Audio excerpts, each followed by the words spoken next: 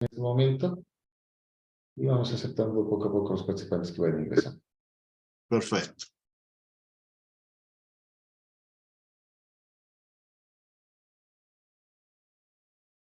Muy bien. Vamos a comenzar esta y la siguiente clase.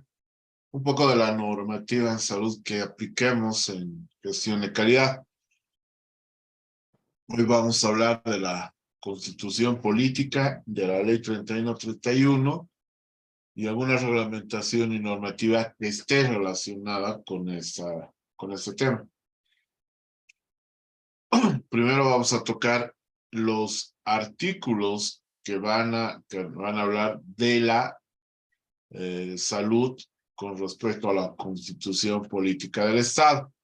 Básicamente lo que se va a hablar es la sección 2, que es derecho a la salud y a la seguridad social, a partir del artículo 35 al 46, 47.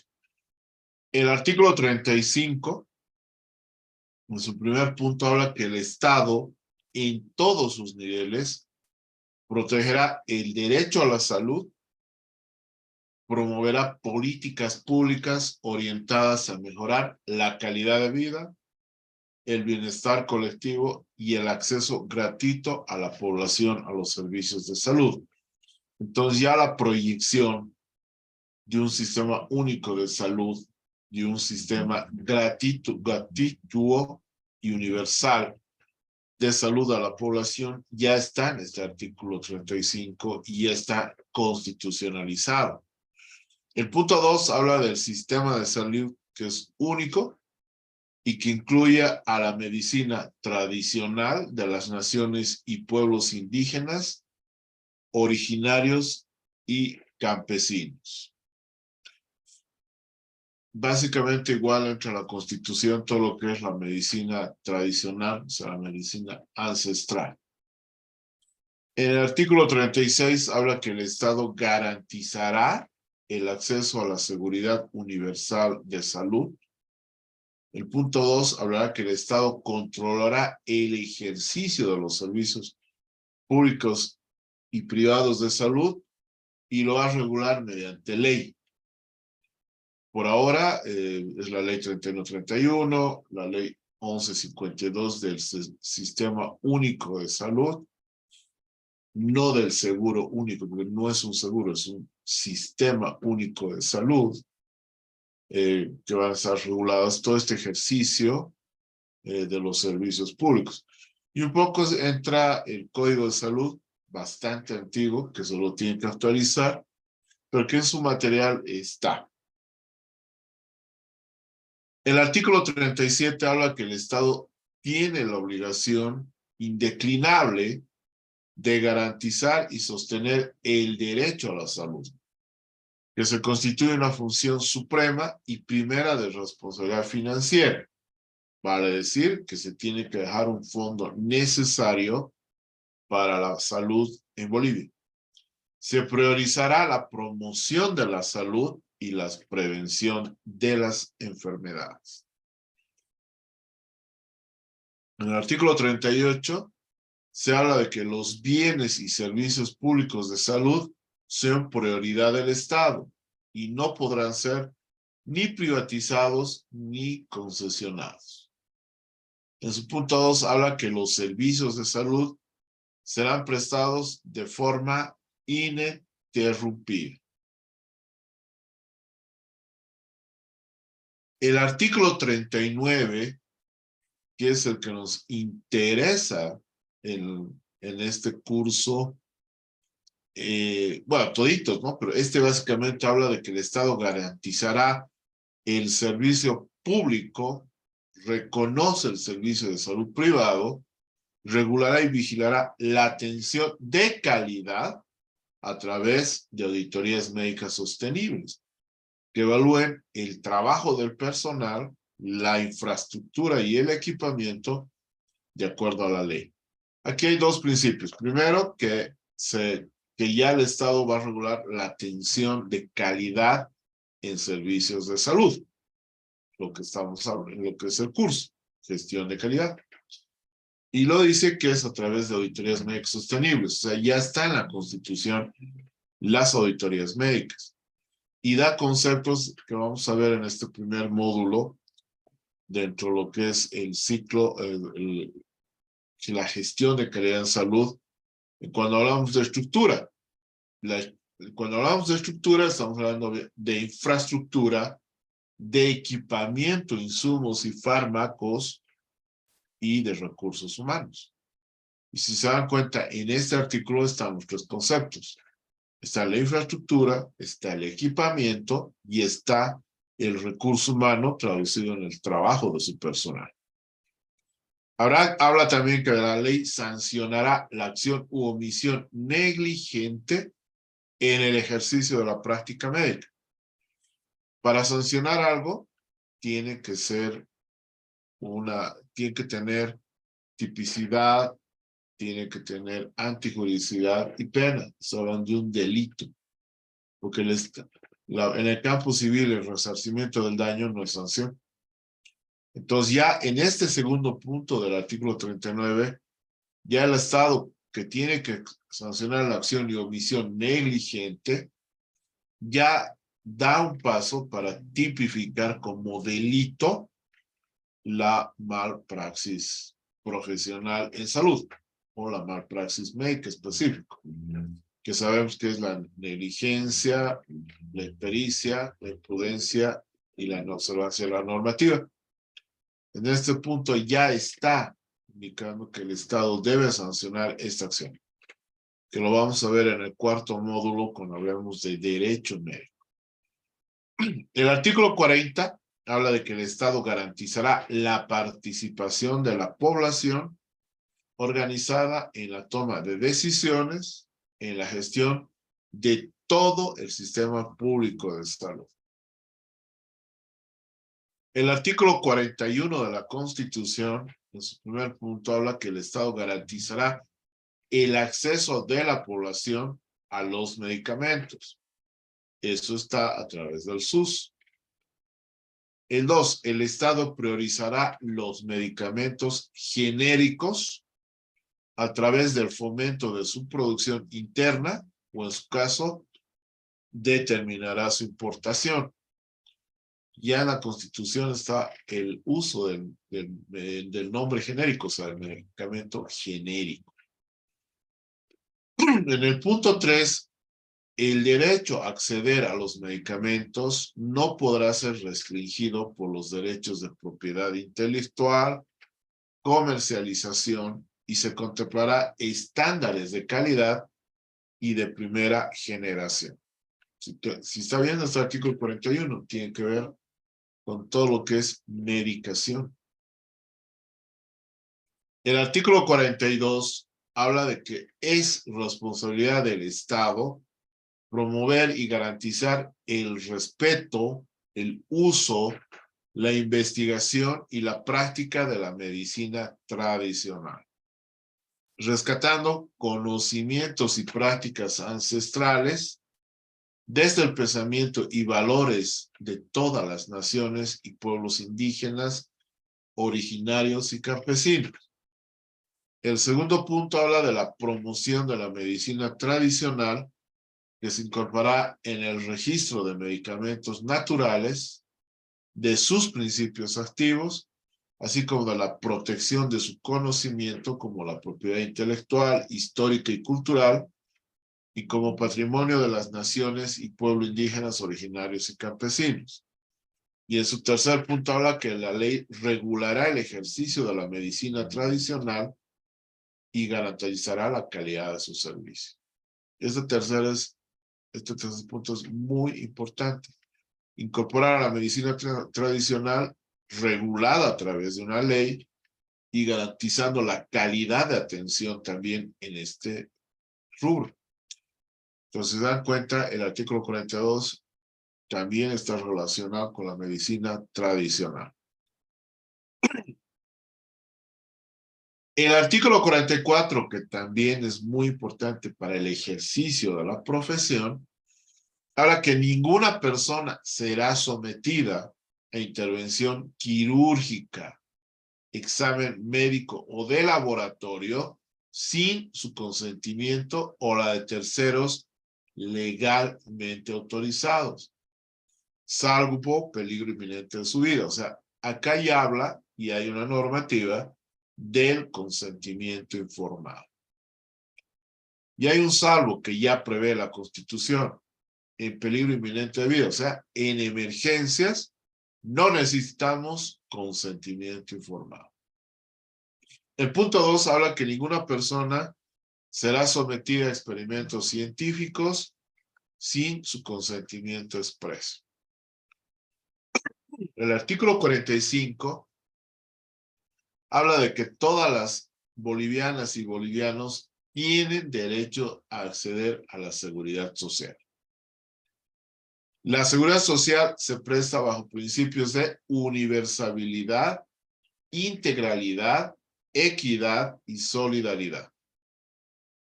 La unidad de gestión, economía, oportunidad, interculturalidad y eficacia, y habla de su dirección y administración, corresponden al Estado, con control y participación social. El régimen de la seguridad social cubre la atención por enfermedad, epidemias, enfermedades, catástrofes, maternidad, paternidad, riesgos profesionales, laborales, riesgos por labores de campo, discapacidad, necesidades especiales, desempleo, pérdida de empleo, orfandad, invalidez, viudez, vejez y muerte, vivienda, asignaciones familiares y otras provisiones sociales. Básicamente el artículo 45 habla de la seguridad social. Sigue el artículo 45 y habla que las mujeres tienen derecho a la maternidad segura con una visión y práctica intercultural. Gozarán de especial asistencia y protección del Estado durante el embarazo, parto y en los periodos prenatal y postnatal. Los servicios de la seguridad social pública no podrán ser privatizados ni concesionados. Entonces ahora pasamos a hablar de la ley 3131, ley del ejercicio profesional médico del 8 de agosto del 2005. Habla del objeto de la ley, que la presente ley tiene por objeto regular el ejercicio profesional del médico en Bolivia. El artículo 2, que habla del ámbito de aplicación, la ley se aplicará en el Sistema Nacional de Salud, vale decir, en sus 3 subsectores: público, seguridad social y privado sin y con fines de lucro, o sea, sin fines de lucro y privados con fines de lucro, pero que estén legalmente autorizados. Algunas definiciones, como que la gestión de calidad, el cumplimiento efectivo de la legislación, técnica y procedimientos vigentes en todo el acto médico. La iatrogenia como resultado inesperado de la aplicación de técnicas y fármacos. La idiosincrasia como resultado no previsible de la aplicación de fármacos, dependiente de factores propios de la persona. Estas son algunas definiciones que da la ley. El artículo 5 habla de la entidad colegiada, que el Colegio Médico de Bolivia es la máxima entidad organizacional, científica, gremial y de perfeccionamiento profesional del cuerpo médico, que se va a regir por la Constitución Política del Estado, las leyes, estatutos y reglamentos. Pero esta ley no está contextualizada con la Constitución Política del Estado que sale el 2009, porque esta ley sale mucho más antes. El artículo 6 habla de la supervisión y el control, y habla que el Ministerio de Salud del área de salud es el responsable de la supervisión, control del ejercicio profesional médico en coordinación con el Colegio Médico de Bolivia. Y ese punto, no sé si ahora se esté cumpliendo porque ya hay un principio de libre afiliación, no te exigen la matrícula del Colegio Médico, y obviamente es deber del Estado regular la actividad profesional, como acabamos de ver por la Constitución Política, pero en uso exclusivo del Estado. El artículo 5 habla de las funciones del profesional y que básicamente coinciden con lo que la OPS en la década del 90 hablaba como funciones del profesional médico, que son la promoción de la salud, la prevención, diagnóstico y tratamiento de la enfermedad, la recuperación de la salud y la rehabilitación del paciente. El artículo 31, pero el artículo 9 de la ley 31 que habla de las actividades relacionadas, habla que la medicina forense, el peritaje médico y la auditoría médica son actividades relacionadas con el ejercicio profesional. Bueno, y habla otras de igual naturaleza. El artículo 10, que habla de los documentos médicos oficiales, ya después hablaremos del expediente clínico. Tenemos una clase exclusiva del expediente clínico. El artículo 10 habla que bajo resguardo y custodia del establecimiento de salud y del uso exclusivo del médico en la elaboración y diligenciamiento del expediente clínico. El artículo 12 habla de algunos deberes del médico, habla del consentimiento informado, habla de guiarse por protocolos oficiales, habla de cumplir con el llenado de los documentos oficiales. El artículo 10, que habla de los documentos médicos oficiales, y ahí está el expediente clínico, la historia clínica, consentimiento informado, etcétera, que esto lo vamos a ver que de acuerdo al manual técnico del expediente clínico se divide en 7 partes, que lo vamos a ver más adelante el resumen y durante el curso de este primer módulo y durante el curso de los 4 módulos. Hablamos de los deberes del médico. Entre estos está cumplir con el llenado de los documentos médicos oficiales señalados en la ley y una capacitación médica continua, que es lo que ustedes están haciendo al tomar estos cursos. Y para ello deberán someterse a programas de capacitación y actualización periódica de conocimiento que definirá el Estado boliviano en forma obligatoria. En realidad ustedes estarían en su derecho de poderse capacitar y es lo que están haciendo. Dentro de los derechos y deberes del paciente, negarse a participar en la investigación o enseñanza de medicina, salvo en situaciones que la ley establezca. Caso concreto, la pandemia que hemos vivido todavía en estos últimos 4 años.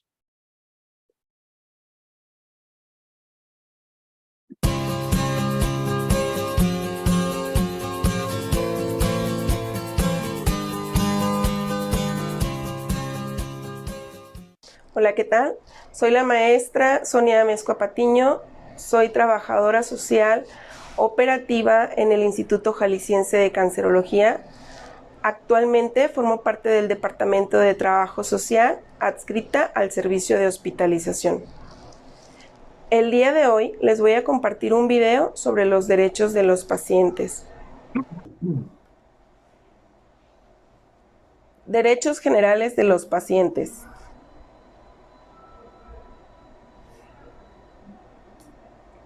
¿Qué es un derecho? El derecho es un conjunto de principios y normas generalmente inspirados en ideas de justicia y orden, que regulan las relaciones humanas en toda sociedad y cuya observancia es impuesta de forma coactiva por parte de un poder público.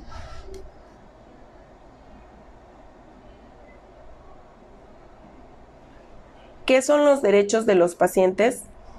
Los derechos de los pacientes son derechos subjetivos de la persona humana relacionados con su estado de salud-enfermedad. Se trata del ser humano en su condición de paciente que necesita sean respetados sus derechos humanos fundamentales: a la vida, a la salud, a la integridad física, a la dignidad, a la libertad, a la información, a la identidad, a la intimidad, a la confidencialidad, al consentimiento informado, a la verdad, a una muerte digna, entre otros.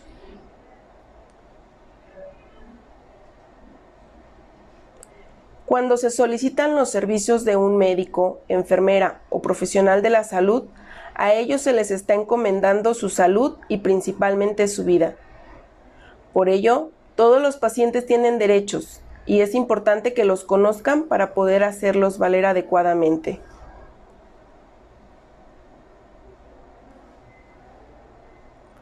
La Ley General de Salud, publicada en el Diario Oficial de la Federación el 7 de febrero de 1984, y que mantiene su texto vigente ante las últimas reformas publicadas en el Diario Oficial de la Federación el 24 de enero del 2020, contempla que los pacientes en México tienen 16 derechos orientados a favorecer una mejor calidad médica y fomentar el respeto a sus necesidades e intereses.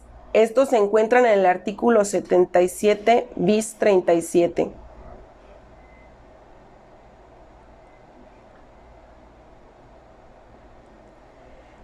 Estos derechos fueron resumidos en el documento nombrado Carta de los Derechos Generales de los Pacientes. Esto tras el análisis de la Comisión Nacional de Arbitraje Médico, en conjunto con representantes de diversas instituciones públicas, privadas, no gubernamentales y universidades, entre otras. Esto con la finalidad de ser presentados a la ciudadanía y estar así a la vista de todos en los hospitales, clínicas y consultorios. Estos derechos son: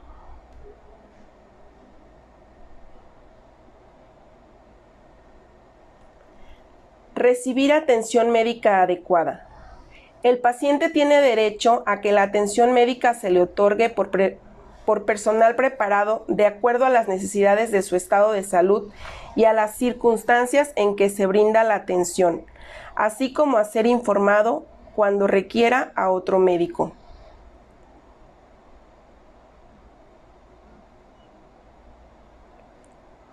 Recibir trato digno y respetuoso.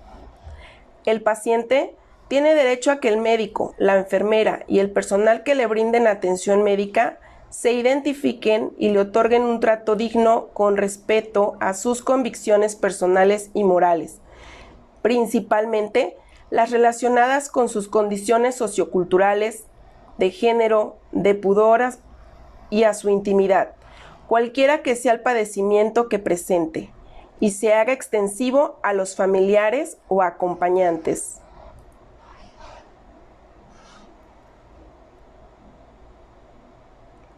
Recibir información suficiente, clara, oportuna y veraz. El paciente, o en su caso el responsable, tienen derecho a que el médico tratante les brinde información completa sobre el diagnóstico, pronóstico y tratamiento. Se exprese siempre en forma clara y comprensible. Se brinde con oportunidad con el fin de favorecer el conocimiento pleno del estado de salud del paciente y sea siempre veraz, ajustada a la realidad.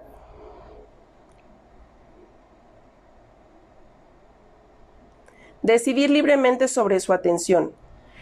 El paciente, o en su caso el responsable, tienen derecho a decidir con libertad, de manera personal y sin ninguna forma de presión, aceptar o rechazar cada procedimiento diagnóstico terapéutico ofrecido, así como el uso de medidas extraordinarias de supervivencia en pacientes terminales.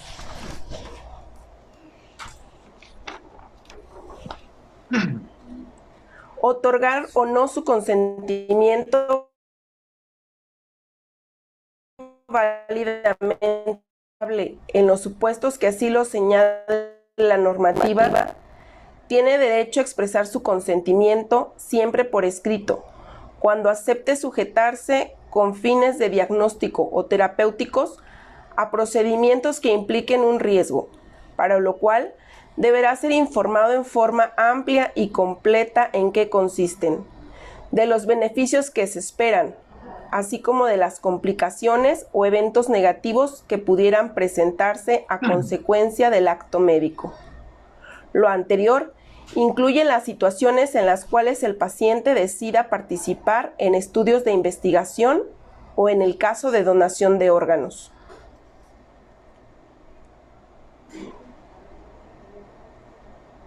Ser tratado con confidencialidad.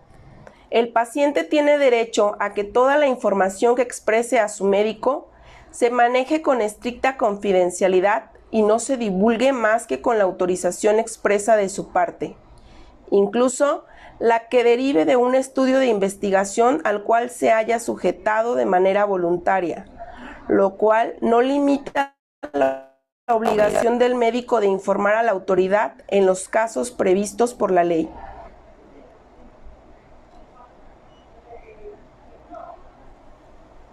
¡7! Contar con facilidades para obtener una segunda opinión. El paciente tiene derecho a recibir por escrito la información necesaria para obtener una segunda opinión sobre el diagnóstico, pronóstico o tratamientos relacionados con su estado de salud.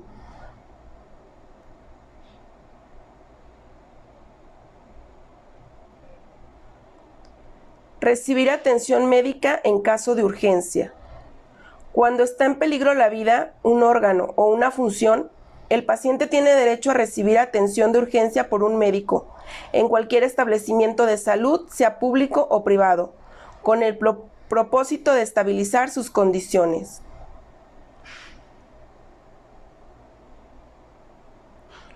Contar con un expediente clínico. El paciente tiene derecho a que el conjunto de los datos relacionados con la atención médica que reciba sean asentados en forma veraz, clara, precisa, legible y completa en un expediente que deberá de cumplir con la normativa aplicable y, cuando lo solicite, obtener por escrito un resumen clínico veraz de acuerdo al fin requerido.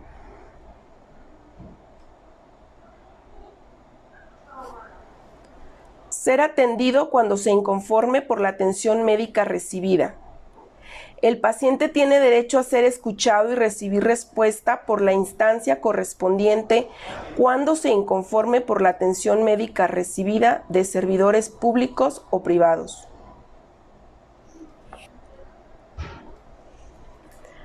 Así pues, concluir recordando que el velar por que se respeten los derechos de los pacientes es responsabilidad de todos. Muchas gracias. Muchas gracias por ver este video. Los invitamos a seguirnos en nuestras redes sociales. Y si requieren constancia de esta capacitación...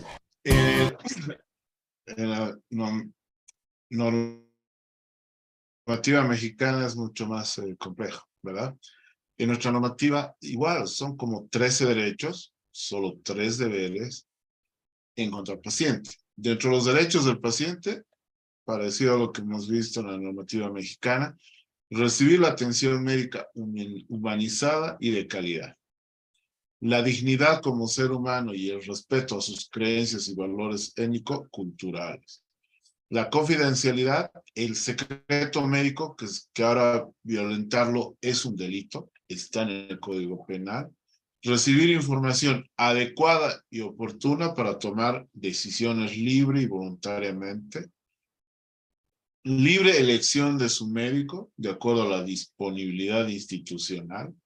Reclamar y renunciar si considera que sus derechos, reclamar y denunciar si considera que sus derechos humanos han sido vulnerados durante la atención médica. Disponer de un horario y tiempo suficiente para la adecuada atención.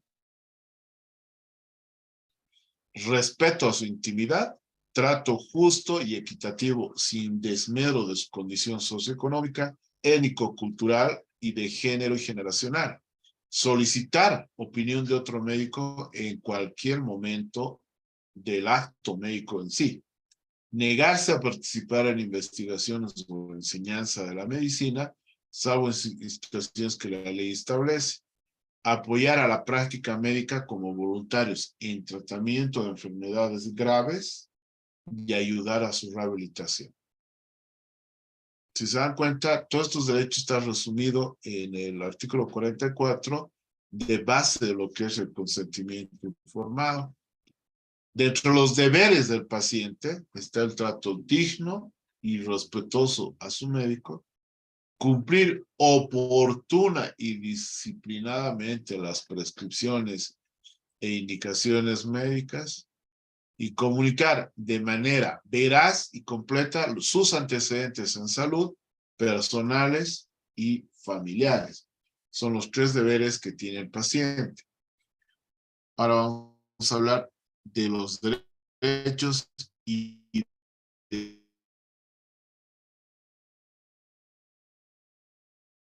deberes.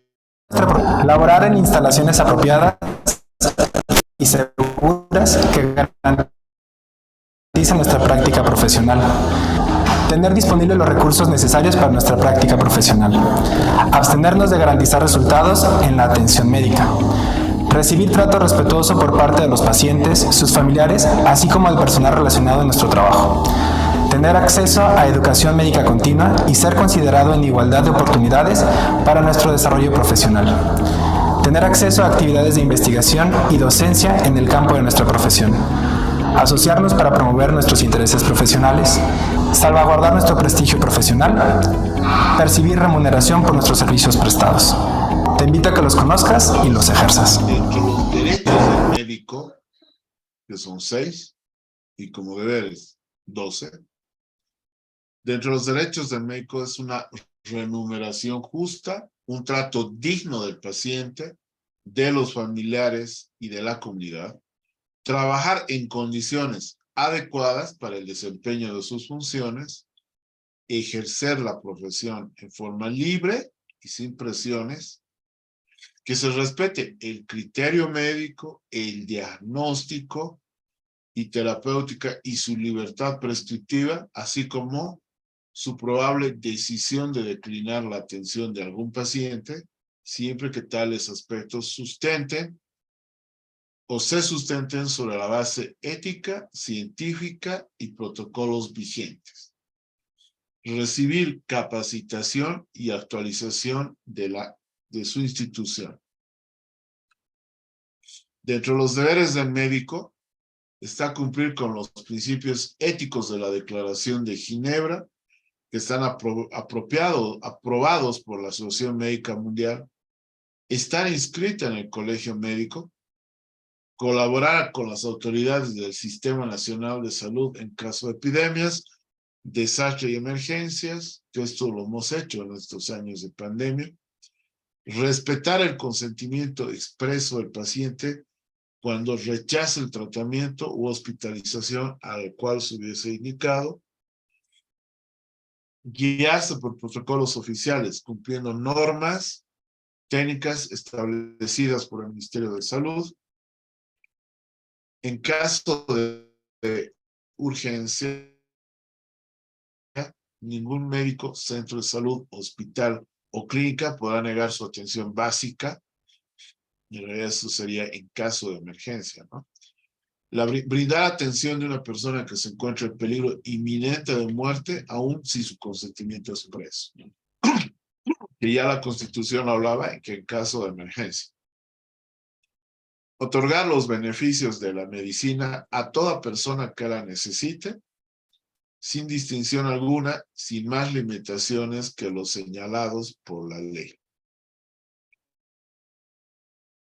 A informar al paciente o a los responsables legales con anterioridad a su intervención sobre el riesgo que puede implicar el acto médico, a cumplir con el llenado de los documentos médicos oficiales señalados en la presente ley, a guardar el secreto médico, aunque haya cesado la prestación de sus servicios, a una capacitación médica continua. Para ello deberán someterse a programas de capacitación y actualización periódica de conocimientos que va a definir el Estado boliviano en forma obligatoria.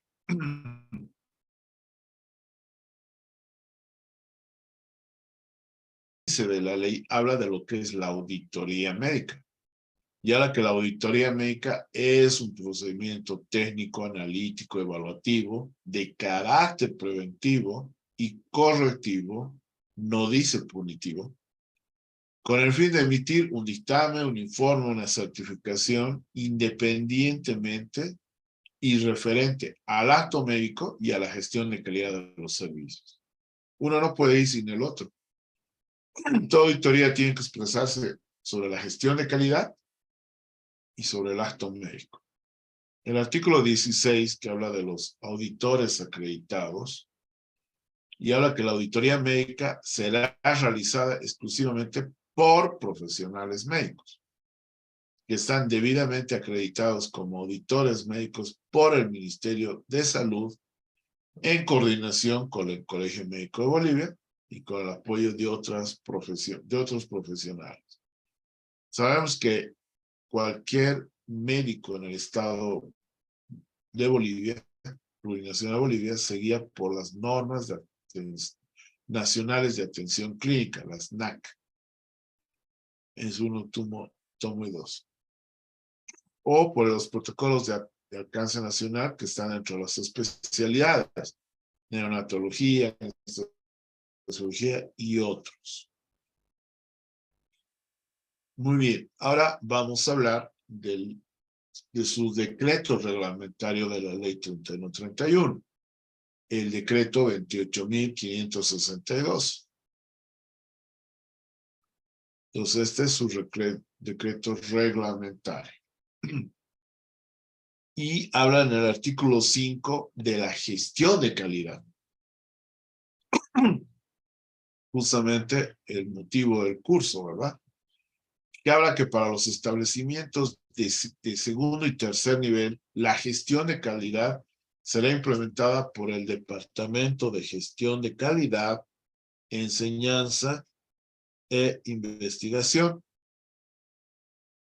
Que sabemos que ahora esto se ha dividido, ¿no? Porque el Departamento de Gestión de Calidad es nombrado por el Ministerio, por el Estado, pero lo que es enseñanza e investigación es nombrado por las universidades. Este departamento tiene bajo su responsabilidad a los comités de asesoramiento, que vamos a hablar el próximo jueves, que es la segunda parte de la normativa, y en los de primer nivel estará implementada por las gerencias de red de salud. El artículo 12 habla del expediente médico, que después será llamado expediente clínico, y que va a estar constituido por el conjunto de la historia clínica y los documentos relacionados con el mismo.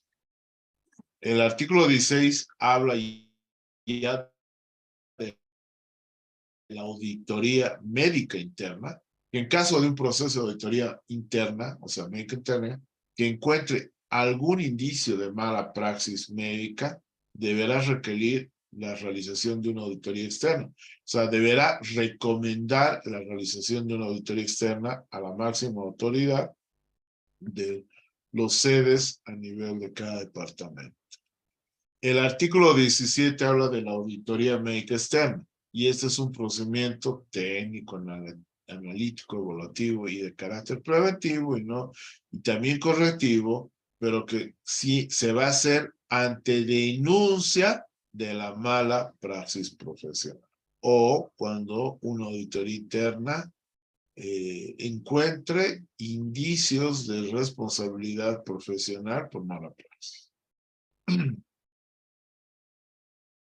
El artículo 18 que habla de los requisitos de la auditoría médica, en realidad de los requisitos del auditor médico, que debe tener un nivel de posgrado en auditoría médica, tener una experiencia profesional de 10 años como mínimo, de no tener una resolución ejecutoriada o responsabilidad ejecutiva o administrativa, ni sentencia civil o penal, y no tener pliego de cargo ejecutoriado.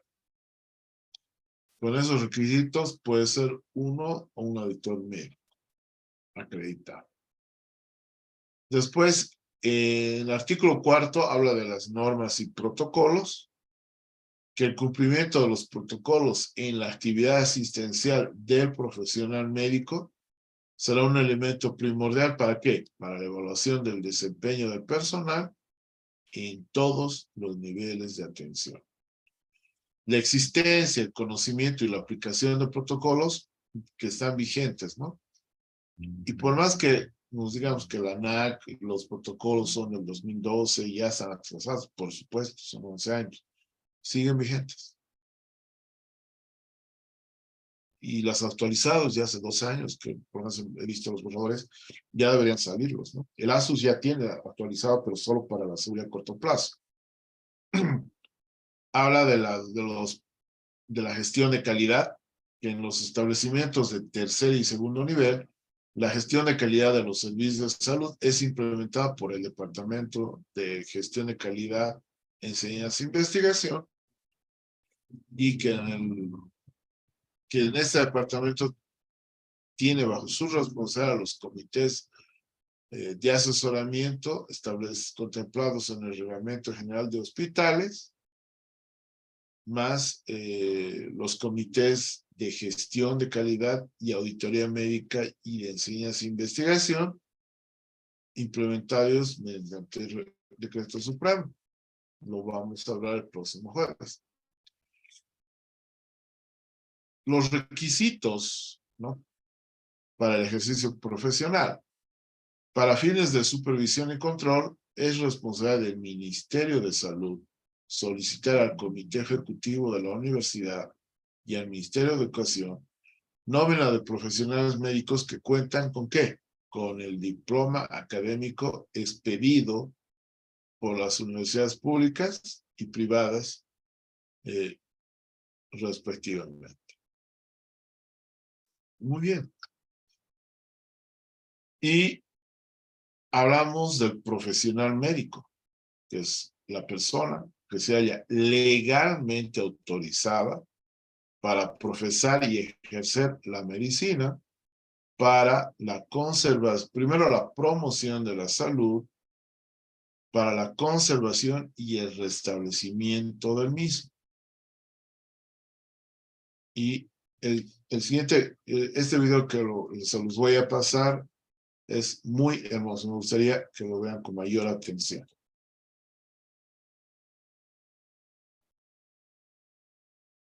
Para ser médico hay que tener una mente brillante.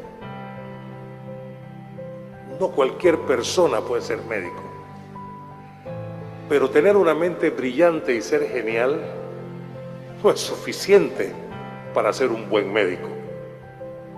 Se requiere del adorno de mucha inteligencia emocional. Se requiere la práctica de valores y principios que guíen todas nuestras actuaciones.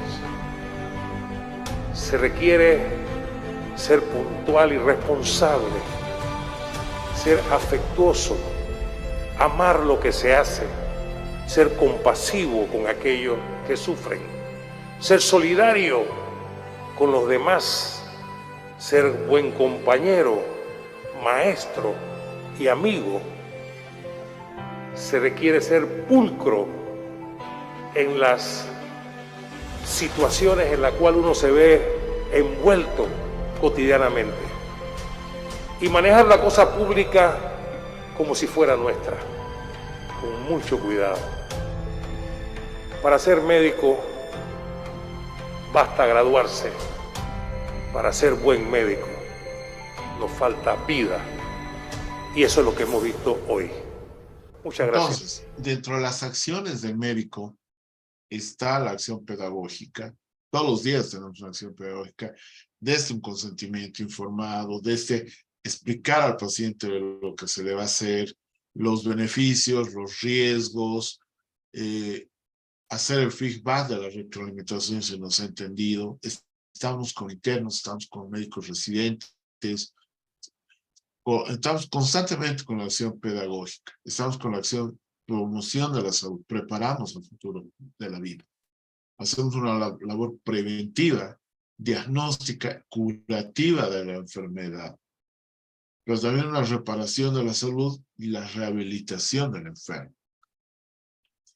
El expediente clínico, que de acuerdo a la norma técnica del expediente clínico tiene 7 partes. Hay una primera sección donde va a estar la papeleta de internación, el cuadro del registro de signos vitales, las notas de ingreso o admisión, epicrisis, la historia clínica propiamente dicha y los formularios del consentimiento informado. Una segunda sección que va a venir los informes de los exámenes complementarios.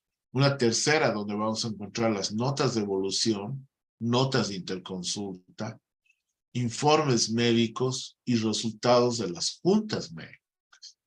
La cuarta sección tiene protocolos de procedimientos quirúrgicos, anestesiológicos, odontológicos y no invasivos, como el RCP, la rectosigmoidoscopía, etc. La quinta sección son indicaciones médicas y de tratamiento. La sexta están todo lo que es documento de enfermería, notas de evolución, notas de registro de tratamiento administrado y notas de balance hidroelectrolítico. Y en la séptima sección entran todos los documentos que conciban en el expediente clínico que no están en las primeras 6. Fotocopias de recibos resultados, de autopsias, si se hubiese hecho, etc. Certificados de función, etc. Hay principios para el manejo del expediente clínico. Claridad y pulcritud, letra legible y entendible, precisión en la descripción, se puede hacer uso de apoyo gráfico e identificar cada hoja con la firma y nombre completo. Y si hubiera un sello, ¿sí? En la firma. Todas las hojas deben estar registradas con nombre completo, servicio de internación, cama, número, etc. La prescripción clara y precisa, la asignación de responsabilidades, etc. También hablamos de la auditoría médica interna, que ya la hemos definido en la ley, que dice que la auditoría médica interna es un proceso unitario, educativo, preventivo, correctivo, no punitivo, que corresponde para el aseguramiento y mejoramiento de la calidad en salud, que va a comprender la evaluación y la estructura, los procesos y los resultados. Gestión de calidad. Estructura en infraestructura, en recursos humanos y procesos. Está ahí. Que es conducida por el Comité de Auditoría Médica bajo la supervisión del departamento o responsable de gestión de calidad y la auditoría médica. Tenemos la auditoría médica externa, que lo mismo es un procedimiento técnico, analítico, evaluativo, de carácter preventivo, correctivo, no punitivo, parecido. Pero lo más importante es que se aplica al acto médico y obviamente a la gestión de calidad en la verificación del cumplimiento de protocolos o normas vigentes. ¿Sí? Se realiza mediante una evaluación exhaustiva del expediente clínico y ambas auditorías son de competencia privada y con o sin fines de lucro como tal.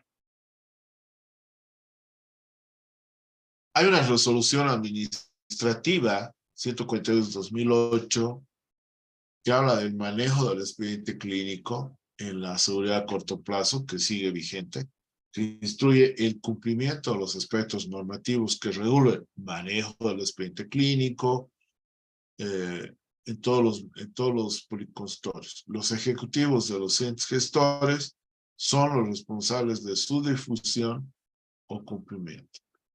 van a formar parte de la resolución administrativa, la ley 3131, el reglamento general de hospitales, el reglamento para la elaboración del manejo y archivo del expediente clínico. O sea, si se dan cuenta, es fundamental tener el buen diligenciamiento del expediente clínico. ¿Sí? Entonces, hay una génesis desde que sale el Reglamento General de Hospitales, días de acreditación, el 2005, que coincide con la ley 3131, el 2008 sale la norma técnica para el manejo de expedientes clínicos, o sea, salen los documentos del PRONAX, que los vamos a ir viendo durante el curso de detalle. El 2009 sale la Constitución Política del Estado, que va hacia el 2012, donde hay una normativa de caracterización, las normas y referencias y entorno, etcétera, hasta llegar a tener todo el documento del PRONAX y demás. ¿Sí? Esta es la primera parte de la parte normativa de la gestión de calidad.